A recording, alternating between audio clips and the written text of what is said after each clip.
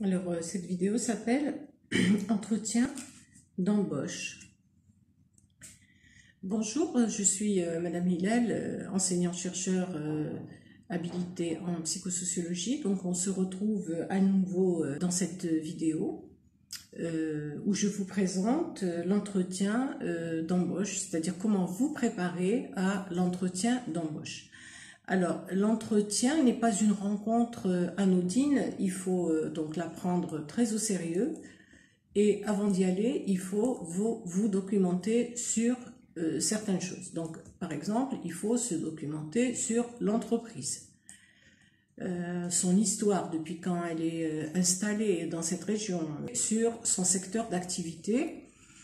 Et si vous savez à quel poste vous serez affecté, il faut aussi se documenter sur le poste, c'est-à-dire quelles sont les tâches qu'on doit effectuer. Est-ce qu'il y a une équipe qui travaille au niveau de ce département, etc. Alors, étymologiquement, documenter, le terme documenter veut dire ce qui sert à instruire, donc ce qui est en fait une source de savoir. Donc, je cherche à travers la documentation à savoir. Le travail de documentation ne doit pas être considéré comme un simple enregistrement de données. Donc, il doit vraiment stimuler l'imagination et l'intelligence. La documentation sera utile tout le temps, sur tout le parcours de sa vie. Donc, ne vous contentez pas de penser qu'il faut seulement vous documenter avant l'entretien, mais aussi durant le stage et durant tout votre parcours. Alors, la partie principale dans la recherche de stage, après avoir obtenu une première réponse, c'est l'entretien que vous aurez avec un responsable. Alors, à travers cet exercice, le responsable va chercher à connaître quelles sont vos capacités, quelles sont vos compétences et quelle est votre disponibilité et votre compatibilité avec les valeurs de l'entreprise. Alors, c'est pour ça donc qu'il faut se préparer. Et je vous invite justement à voir la vidéo que j'ai présentée qui était intitulée Compétences recherchées pour vous préparer justement à ce genre d'exercice qu'est l'entretien. Alors, en général, ce sont les mêmes questions qui reviennent et bon, par exemple, quand on est dans un jury de recrutement ou quel que soit le recrutement d'ailleurs, que ce soit pour l'entretien, pour un entretien d'embauche ou pour un entretien de recrutement pour un master, les jeunes sont étonnés par la simplicité des questions. Mais les jeunes ne se rendent pas compte, si vous voulez, de l'analyse que nous faisons avec les données que nous collectons. Je vais vous proposer les questions qui sont pratiquement posées à tous les entretiens, et puisqu'elles sont posées, il faut donc s'y préparer. Alors, donc nous allons passer en revue 5 questions. La question 1, parlez-moi de vous. À travers les réponses que vous donnerez, le responsable se fera une idée sur votre personnalité, si vous êtes intéressant. Alors, moi je considère que tout le monde est intéressant, mais peut-être pas intéressant pour le poste qu'il veut occuper. Donc en fait, c'est pas négatif quand on dit est-ce que vous êtes intéressant. On va voir quel est votre degré de sociabilité, si vous pouvez gérer le stress et notamment donc lors de votre présentation. Alors après avoir présenté votre prénom et votre nom, votre âge, l'établissement d'origine, votre niveau universitaire, mentionnez rapidement les plus importants des objectifs que vous voulez réaliser. Par exemple, après mon stage, donc je souhaite intégrer telle entreprise. Après mon stage, qui va me permettre de développer des compétences dans le domaine de la qualité, par exemple, je voudrais postuler à un master de qualité, etc. Donc, il faudrait que nous voyions que vous savez vous projeter dans votre avenir pas trop lointain. Donc, il faut aussi parler de vos goûts personnels et les données sur vous qui vous semblent intéressantes. Donc les goûts personnels, comme par exemple, vous aimez marcher, faire des randonnées avec un groupe de jeunes, vous aimez la lecture, etc. Mais bien sûr, ne dites que ce qui est vrai, parce qu'après, on va rebondir sur ce que vous dites pour vous poser d'autres questions. Vous pouvez aussi parler de votre ville ou des villes où vous avez vécu. Alors, par exemple, je me souviens d'une jeune, lors d'un entretien de recrutement pour un master, qui nous avait dit qu'elle vivait dans la ville de Bzou.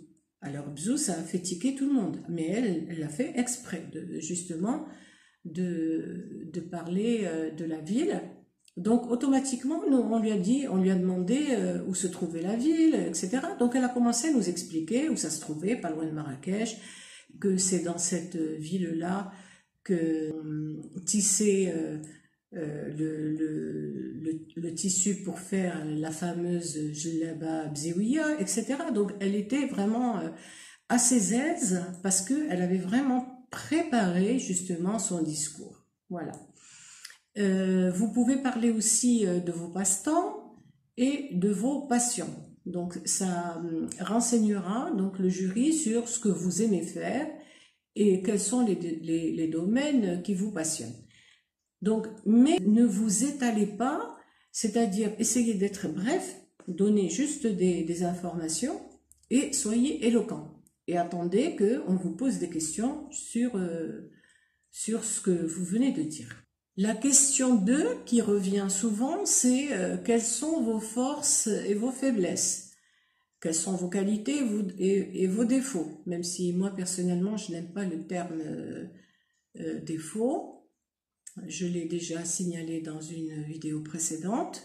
Alors, même le terme faiblesse, je n'aime pas beaucoup parce qu'on peut être faible par rapport à un poste donné, mais bon, ça peut devenir une force pour un autre poste. Alors, malgré tout, on va respecter ce que demandent les membres du jury. Donc là, pour parler de vos forces et faiblesses, donc soyez honnête en répondant à cette question.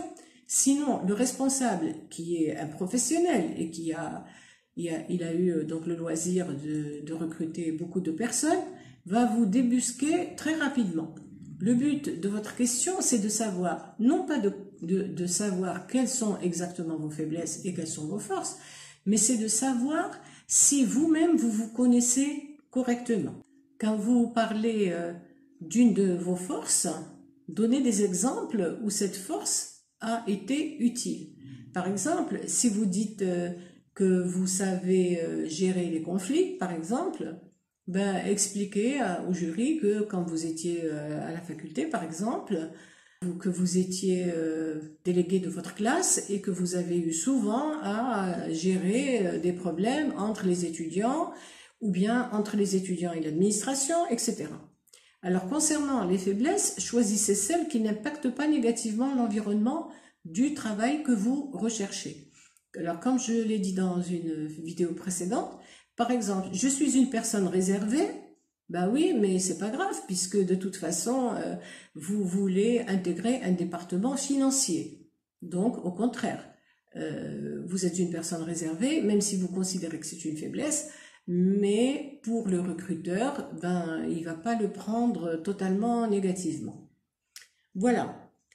Question suivante, sauriez-vous gérer une équipe? Ou bien, est-ce que vous savez travailler en équipe? Ben, là aussi, essayez de présenter une ou deux situations où vous pouvez démontrer que vous savez travailler en groupe. Si vous pouvez aussi expliquer que vous avez déjà réussi à gérer des conflits, donc comme je l'ai dit tout à l'heure dans un groupe, c'est encore mieux. Alors, vous pouvez prendre là aussi une base sur la vie estudiantine pour expliquer comment vous avez affronté des difficultés ou des conflits. Comme je le disais tout à l'heure, si vous avez été délégué de classe, c'est une grande chance parce qu'à travers cette expérience, vous pouvez démontrer beaucoup de choses. Vous pouvez démontrer que vous avez réglé des conflits, que vous avez un esprit de négociation, vous êtes capable de négocier parce qu'il faut constamment être en négociation avec les professeurs et avec l'administration.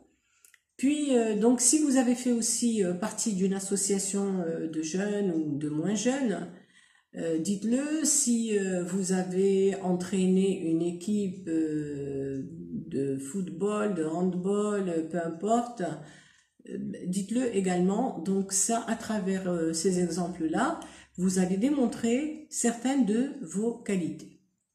Alors, la question 4 qui revient, c'est présenter votre CV. Alors bien sûr, le CV, le jury l'a sous les yeux, il l'a vu. Et vous, il faut connaître tout ce qui est écrit dans le CV. Faites très attention, il faut que chaque mot, vous sachiez l'argumenter et le défendre. Même au niveau, si vous voulez, de la compréhension du mot, il n'y a aucun mot qui doit échapper à votre connaissance.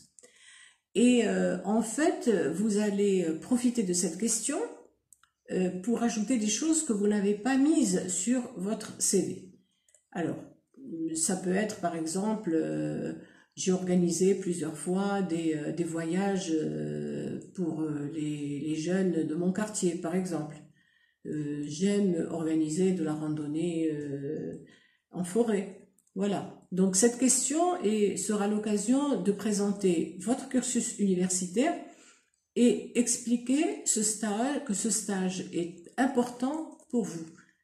Donc vous cherchez à comprendre à travers ce stage le fonctionnement de l'entreprise, à compléter votre formation et à bien sûr développer vos compétences. C'est très important que votre recruteur sache que vous êtes dans l'humilité, que vous avez certes des compétences, mais que vous voulez encore les développer. D'ailleurs, des compétences, comme je vous l'ai dit dans la vidéo précédente, en fait, s'inscrivent dans un processus qui ne se termine jamais. Nous sommes constamment en train de développer nos compétences. Alors, la question qui vient par la suite, c'est que voulez-vous faire après l'obtention de votre diplôme? Ben là, il faut préparer un petit exposé où on comprend votre projection de l'avenir. Donc, il ne faut pas être dans le détail, mais vous allez rester dans les grandes lignes. Voilà. Donc, essayez d'écouter plusieurs fois cette vidéo, de donner de l'importance à chaque mot et de reprendre donc ces mots-là pour les adapter à votre situation. Je vous souhaite bon courage dans cette préparation et beaucoup de succès donc dans votre recherche de stage et vous dis à bientôt sur une prochaine vidéo. Si vous avez des questions particulières, n'hésitez pas à m'en informer ou vous pouvez donc me demander des informations complémentaires, je vous répondrai certainement. À bientôt sur une prochaine vidéo.